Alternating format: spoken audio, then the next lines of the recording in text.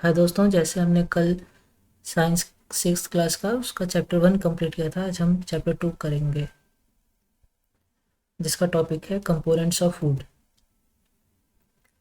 Components of food मतलब खाने में क्या क्या सामग्री मिलती है, उसमें हमें न्यूट्रिएंट्स मिलेंगे। कंपोनेंट तो न्यूट्रिएंट ही रहेगा, न्यूट्रिएंट में और भी रहेंगे, कार्बोहाइड्रेट, प्रोटीन, फैट्स, मिनरल्स। अब जैसे ये एग्जांपल लेते हैं आंध्र प्रदेश का, तो यहाँ पे चावल खाया जाता है, दाल, कुंदरू, छाछ, घी, अचार। तो इसमें चावल से हमें कार्बोहाइड्रेट मिलेगा जिससे हमें एनर्जी मिलती है। तूर दाल से हमें प्रोटीन मिलेगा। वेजिटेबल से हमें मिनरल्स मिलेंगे। यहाँ पे विटामिन भी मिलेंगे, यहाँ भी मिनरल्स और विटामिन्स मिलेंगे। यानी हम जो भी खाते हैं उसमें एक चीज़ हमें नहीं मिलती, उसमें बहुत सारी चीज़ें मिलती हैं खाने के लिए जो हमारे शरीर के लिए ज़रूरी होती हैं। अब न्यूट्रिएंट हमें क्यों चाहिए? न्यूट्रिएंट हमें बॉडी की रिपेयर और ग्रोथ के लिए चाहिए होती है। जैसे जब बच्चे पैदा होते हैं तब से लेके 18 साल या 22-23 साल तक, कुछ बच्चों की 22 से 23 साल तक कुछ बच्चों की हाइट बढ़ते रहती है। तो ये ग्रोथ हम ये सब जब खाएंगे बैलेंस्ड, तब हमारी हाइट बढ़ेगी और हमारी बॉडी में जो रेड ब्लड सेल्स होते हैं उनकी लाइफ ज़्यादा नहीं होती है, वो ज़्यादा से ज़्यादा 1 से 2 दिन तक जीते हैं, फिर मर जाते हैं, फिर रिप्लेस हो जाते हैं। तो हमारी बॉडी में रिपेयर का काम चलते रहता है, एक सेल मरेगा, उसका दूसरा सेल आके जगह ले लेगा। अब फूड में क्या कंपोनेंट मिलते हैं? जैसे carbohydrate, protein, vitamin, fat, mineral, roughages. इससे तो जैसे हमने पहले बताया, इससे हमें एनर्जी मिलती है कार्बोहाइड्रेट से। प्रोटीन हमारा बोन्स स्ट्रॉन्ग करने में मदद करता है। विटामिन्स हमें कई बीमारियों से बचाता है, जैसे विटामिन ए खाने से, बी, सी, डी और भी विटामिन है। इन्हें खाने से हमें नाइट ब्लाइंडनेस या हड्डियों की बीमारी नहीं होती है, दांतों में प्रॉब्लम नहीं होती है। फैट्स, फैट भी एनर्जी देता है हमें, लेकिन फैट्स में कार्बोहाइड्रेट से ज़्यादा एनर्जी होती है। मिनरल्स भी बॉडी के बाकी पार्ट्स को मेंटेन करने के लिए लगते हैं। रफेजेस, इसमें आ जाएंगे पानी, फ्रूट या चने जो हो गए, वो सब रफेजेस में आ जाएंगे। अब जो हमने देखा यहाँ पे कार्बोहाइड्रेट, प्रोटीन, विटामिन, फैट, ये कैसे पता चलेगा हमारे खाने में कैसे है? तो उसके लिए हम टेस्ट करेंगे। वो टेस्ट ये है। सबसे इसमें हम देखेंगे ये टेस्ट कैसे किया जाता है। Dilute solution of iodine. Dilute solution of iodine मतलब आयोडीन में हम पानी मिलाएंगे तो डाइल्यूट सोल्यूशन बन जाएगा। डाइल्यूट सोल्यूशन मिलेगा।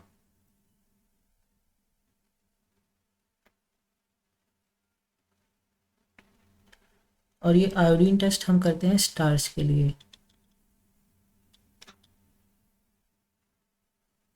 अब ये बनाया कैसे जाता है? इसमें थोड़ा सा आयोडीन और half test tube filled with water मिला के बनाया जाता है सोल्यूशन। जैसे ये एक टेस्ट ट्यूब ले लिया,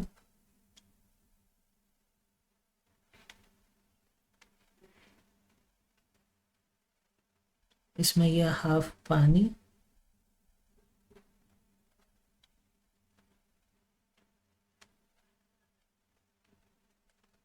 और ये हमने आयोडीन मिला दिया थोड़ा सा,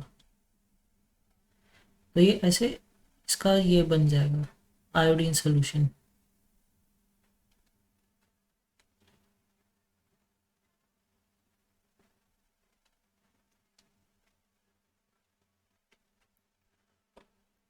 उसके बाद हम करेंगे copper sulphate solution. Copper sulphate solution use होता है प्रोटीन के लिए, ये टेस्ट।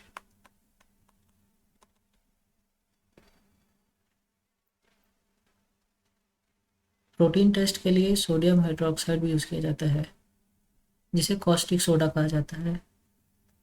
अब प्रोटीन टेस्ट करने के लिए इसमें दो चीज़ यूज़ होंगे, कॉपर सल्फेट और कॉस्टिक सोडा, सोडियम हाइड्रोक्साइड जिसे कहते हैं NaOH। इन दोनों को मिला के हम प्रोटीन टेस्ट करेंगे। तो इसमें 2 ग्राम कॉपर सल्फेट यूज़ होगा और 10 ग्राम सोडियम हाइड्रोक्साइड, और दोनों को हम 100 ml पानी में मिला देंगे, जिससे हमारा 2 सोल्यूशन तैयार हो जाएगा।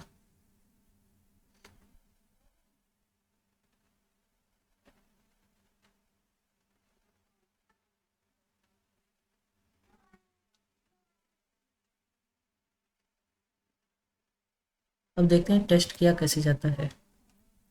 टेस्ट फॉर स्टार्च, इसमें जैसे ये पिक्चर में आलू लिया है, आलू एक सबसे बड़ा सोर्स है कार्बोहाइड्रेट का, या जो हम टेस्ट कर रहे हैं स्टार्च।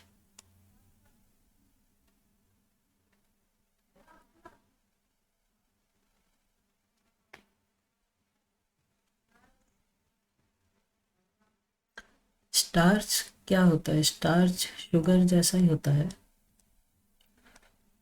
जिसका फॉर्मूला है C6H10O5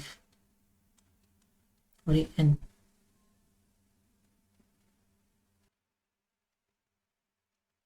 अब इसमें जो हमें टेस्ट करना है, इसमें आलू है, आलू का हल्का सा ये पार्ट लिया और इसमें 2-3 ड्रॉप आयोडीन सोल्यूशन के डाल दिए। आयोडीन सोल्यूशन डालने के बाद इसका कलर चेंज हो जाएगा ब्लू ब्लैक, जैसे डायग्राम में है, हल्का नीला और हल्का काला, ये दोनों कलर का हो जाएगा। वैसे पता चलेगा इसमें स्टार्च है। उसके बाद है टेस्ट प्रोटीन का।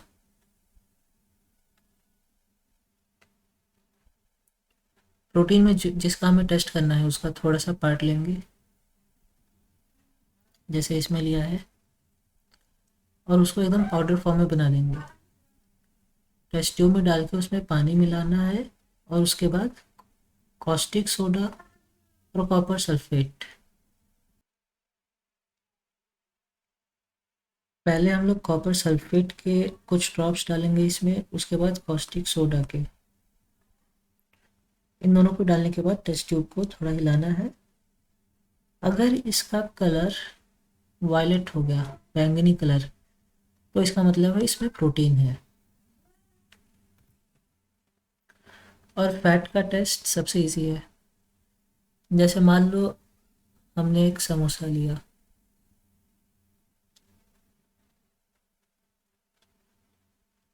ये समोसा हो गया, समोसे में तेल होता है। अब वो समोसा को हमने अगर एक पेपर में लपेट दिया और ज़ोर से दबाया और उसके बाद समोसा निकाल देंगे, तो उसके बाद जहाँ पे समोसा था वहाँ पे एक ऑयल का लेयर आ जाएगा, जिसे पेपर से हम आर पार देख सकेंगे। तो आर पार हम कैसे देख पा रहे हैं? वो फैट की वजह से। और जब फैट रहेगा तो हम पेपर के आर पार देख पाएंगे। फैट मतलब जैसे कोई भी तेल हो गया, ऑयल, घी, इन सब चीज़ों से ज़्यादातर फैट बनता है। उससे हमें पता चल जाएगा कि इसमें फैट है।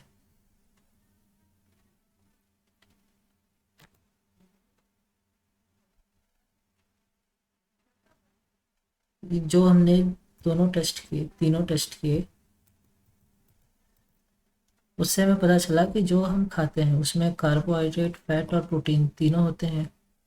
जिसमें कार्बोहाइड्रेट से एनर्जी मिलती है, प्रोटीन से बोन्स और मसल्स का डेवलपमेंट होता है, और फैट से हमें एनर्जी मिलती है लेकिन कार्बोहाइड्रेट से ज़्यादा।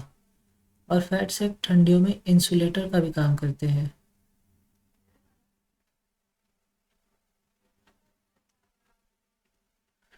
फैट एक लेयर बना देते हैं बॉडी पे। जैसे ये हमारी बॉडी है, तो यहाँ पे एक फैट का लेयर बन जाएगा, जिससे हमारी बॉडी की जो गर्मी होगी वो अंदर ही रहेगी, और ये एनवायरनमेंट है अपना, तो उसके बाहर नहीं जाने देगी, अंदर ही गर्मी घूमेगी, जिससे हम ठंडियों में गर्म रहेंगे। तो हमें ज़्यादा गर्मी नहीं लगेगी, बाहर की ठंडी हमें नहीं लगेगी। उसके बाद है टॉपिक हमारा विटामिन एंड डाइटरी फाइबर्स। अब ये क्या होता है? जैसे हमने पहले देखा कार्बोहाइड्रेट, प्रोटीन और फैट हमारी बॉडी के लिए ज़रूरी है, उसी तरह विटामिन और डाइटरी फाइबर्स भी ज़रूरी है। अब वो क्या है? जैसे vitamin A, B, C, D, E, K, और बी में ये इतने सारे विटामिन आते हैं, टाइप्स आते हैं, B1, B2, B3, B5, B6, B9, 12।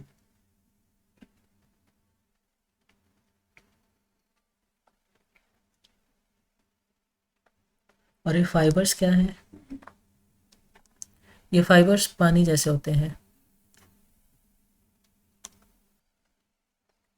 Vitamin हमारे दांत, आँख, मसूड़े, बाल, इन सबको अच्छे से रखते हैं, इनका मेंटेनेंस होते रहता है। जैसे दांत हमारे कैल्शियम के बने होते हैं, तो हम पानी पीते हैं उसमें भी कैल्शियम होता है, खाना खाते हैं उसमें भी कैल्शियम रहेगा, तो थोड़ा बहुत कैल्शियम हमें मिलते रहेगा। तो उससे जो दांत होते हैं, ये हमारा दांत है, तो इस पे लेयर एक रहेगी कैल्शियम की, वो मेंटेन रहेगी हमेशा। अगर हमने मीठा खाया, पानी पीने के बाद कुल्ला किया, मीठा खाने के बाद हमने कुल्ला कर लिया, तो जो मीठे के पार्टिकल्स रहेंगे दांत पे वो निकल जाएंगे, जिससे हमारा दांत सेफ रहेगा। लेकिन अगर हमने मीठा खाया और ब्रश नहीं किया, ना पानी पिया, तो वहीं पे रह के वहाँ पे बैक्टीरिया बनेंगे। बैक्टीरिया बनेंगे, फिर कैल्शियम में छेद करके हमारे दांत को इन्फेक्ट कर सकते हैं, जिससे हमारे दांत सड़ने लगेंगे। उसके बाद आइस। आइस के लिए हमें विटामिन ए की बहुत ज़रूरत होती है। विटामिन ए नहीं मिलेगा तो हमें नाइट ब्लाइंडनेस हो जाएगा। उसी तरह गम, हेयर। हेयर, बाल एक तरह का प्रोटीन होता है। वैसे तो ये बॉडी का वेस्ट होता है, लेकिन इस प्रोटीन का नाम होता है केराटिन।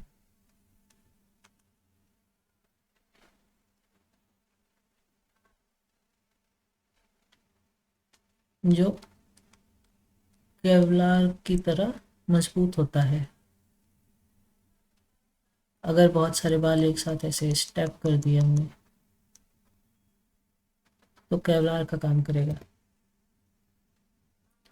अब देखो, ये हमारे कार्बोहाइड्रेट के सोर्स, भुट्टा, आम, ये गेहूँ, दाल, चावल,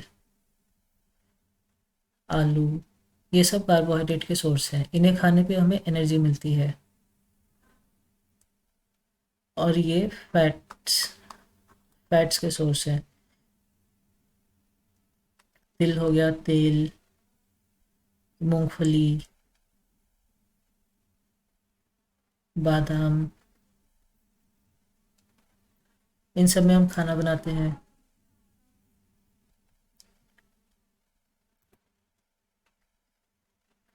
और ये है हमारे प्रोटीन के सोर्स। जैसे हमने फर्स्ट चैप्टर में देखा था proteins, animal based protein, animal based food. तो इसमें ये प्लांट बेस्ड प्रोटीन है हमारा और ये एनिमल बेस्ड प्रोटीन है। प्लांट बेस्ड प्रोटीन में क्या है, मटर, चने, मूंगफली, ये सब आ जाएंगे, दाल, ये प्रोटीन के सोर्स हैं प्लांट बेस्ड।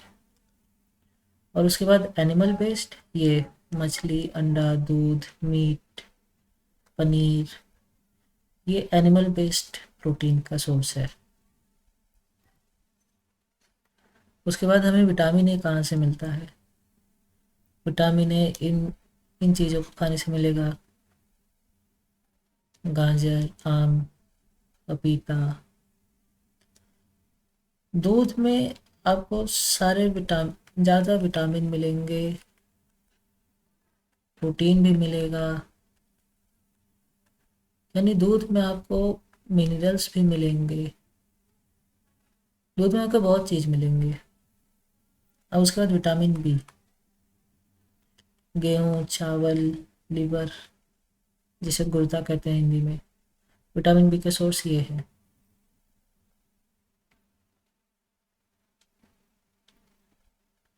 उसके बाद आते हैं विटामिन सी। विटामिन सी में अमरूद, मिर्ची, नींबू, टमाटर, खट्टी चीज़ें, विटामिन सी में खट्टी चीज़ें आती हैं। अब आयोडीन, ये हमारे आयोडीन के सोर्स, मछली, पालक, अदरक। सबसे बड़ा आयोडीन का सोर्स है हमारा सॉल्ट, नमक, जिसका केमिकल फार्मूला है sodium Na Cl, sodium chloride. उसके बाद फॉस्फोरस, केला, दूध, केला सबसे बड़ा सोर्स है फॉस्फोरस का। फॉस्फोरस भी एक इम्पॉर्टेंट मिनरल है जो बोन्स के डेवलपमेंट में हेल्प करता है। उसके बाद सोर्सेस ऑफ आयरन, जैसे सेब हो गया, पालक, ये सब आयरन के सोर्सेस हैं। अब डाइटरी फाइबर्स क्या होते हैं? Dietary fibres are also known as roughages. Roughage is mainly provided by plant products in our food. Dietary fibres को रफेज भी कहा जाता है और प्लांट के प्रोडक्ट्स में मिलेगा हमें रफेज, एनिमल्स में हमें रफेज नहीं मिलेगा।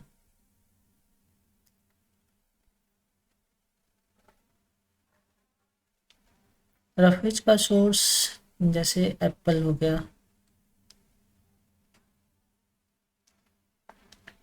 वाटर हो गया, चना,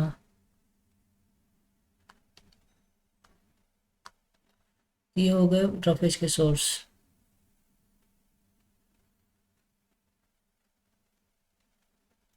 whole grains and pulses, potato, fresh fruits, vegetables are main sources of roughage. Roughage do not provide any nutrients to our body but is an essential component of our body and adds to its bulk. Roughage से हमें कोई nutrient नहीं मिलेगा। जैसे Apple है, Apple में roughage रहेगा, Apple में ऐसा नहीं है कि बस रफेज ही है, उसमें आयरन भी मिलेगा। तो इसमें से जो रफेज निकलेगा उससे हमारी बॉडी को फ़ायदा नहीं देगा, लेकिन जो हम खाना खाएंगे उसको पचाने में मदद करेगा रफेज। रफेज खाना पचाने में मदद करता है।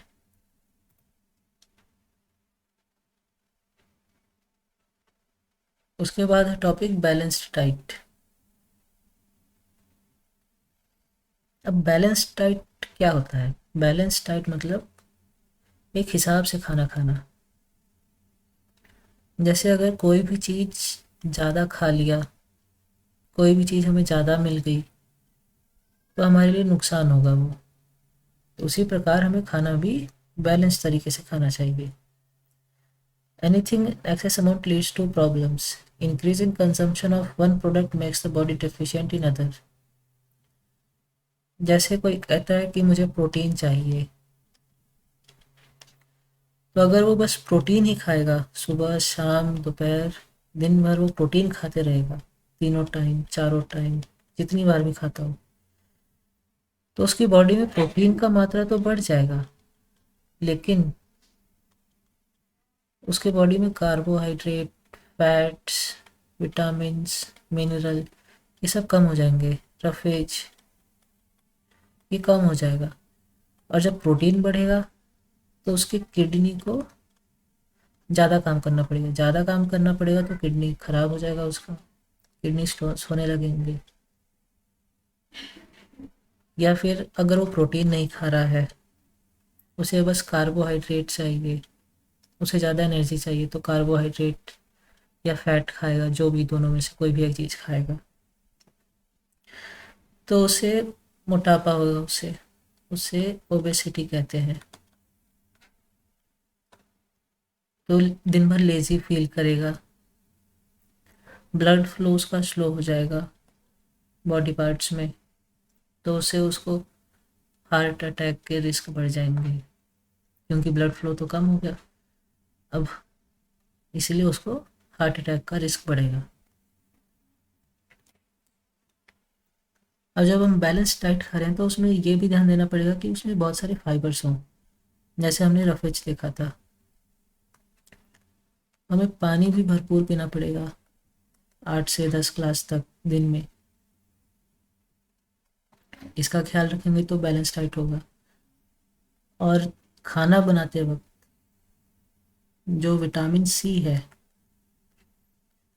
ये बहुत जल्दी ख़त्म हो जाता है खाना बनाते वक्त।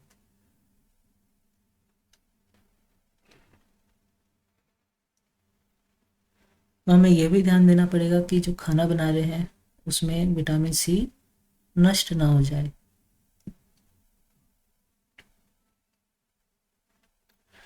कुछ फूड होते हैं जिन्हें हम पहले धोते हैं उसके बाद काटते हैं, जैसे लौकी हो गया। तो लौकी हम पहले धो के फिर काटते हैं, फिर इसकी सब्जी बनती है। हम इसको पहले काटते नहीं, पहले काट के फिर ऐसे धोएंगे नहीं, ऐसा नहीं करेंगे। वैसे करने से इसमें से विटामिन लॉस हो जाएंगे, तो हमारी बॉडी डेफिशिएंट हो जाएगी। अब ये एक चार्ट है जिसमें कौन से विटामिन की कमी से बीमारी होती है। जैसे विटामिन ए से लॉस ऑफ विजन, हमें कम दिखने लगता है, आंखों की रोशनी कम हो जाएगी, अंधेरे में कम दिखने लगेगा। उसके बाद विटामिन बी, जिससे बेरी बेरी होता है, मसल्स कम हो जाएंगे, एनर्जी बहुत कम रहेगी। Vitamin C scurvy, bleeding gums, wounds take longer time to heal, मसूड़ों से खून आएंगे, और अगर कहीं चोट लग गई तो ठीक होने में उसे बहुत टाइम लगेगा। Vitamin D rickets, bones become soft and bent, vitamin D से बोन्स बहुत कमज़ोर हो जाएंगे, और अगर कहीं एक्सीडेंट हुआ उसका, कहीं गिर गया, तो गिरते उसकी बोन्स टूट जाएंगी।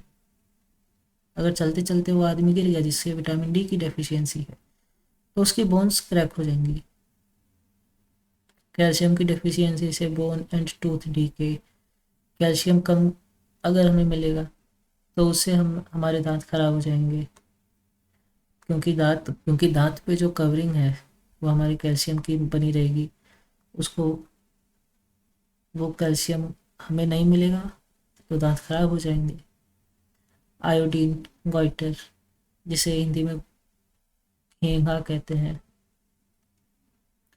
तो गला फूल जाता है इसमें। आयोडीन जिसमें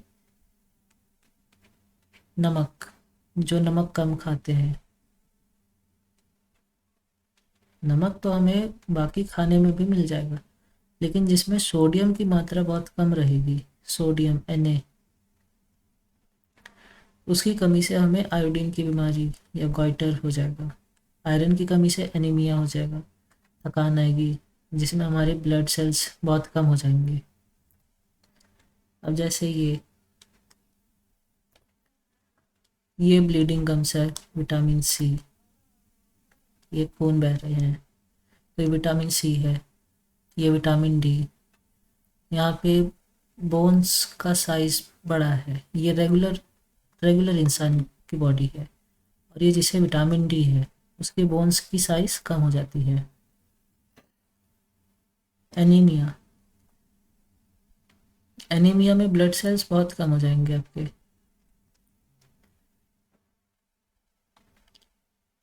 जिससे हमें थकान, वीकनेस, कमजोरी बहुत होंगी। और हार्ट बीट भी बहुत इरेगुलर हो जाएगी, क्योंकि ब्लड तो बहुत कम है। तो आपका हार्ट जो 70 to 72 जो पल्स होना चाहिए, उससे कम ही रहेगा, या कभी अचानक से बढ़ जाएगा। और ये है गॉइटर, जो आयोडीन की कमी से होता है। इसमें जो ये थायराइड है, थायराइड, ये तितली जैसा, ये नॉर्मल इंसान का होता है, लेकिन जब इसे गॉइटर होता है तब ये बढ़ जाता है इतना, और गला फूल जाता है। आज की क्लास में इतना ही था। वीडियो देखने के लिए शुक्रिया।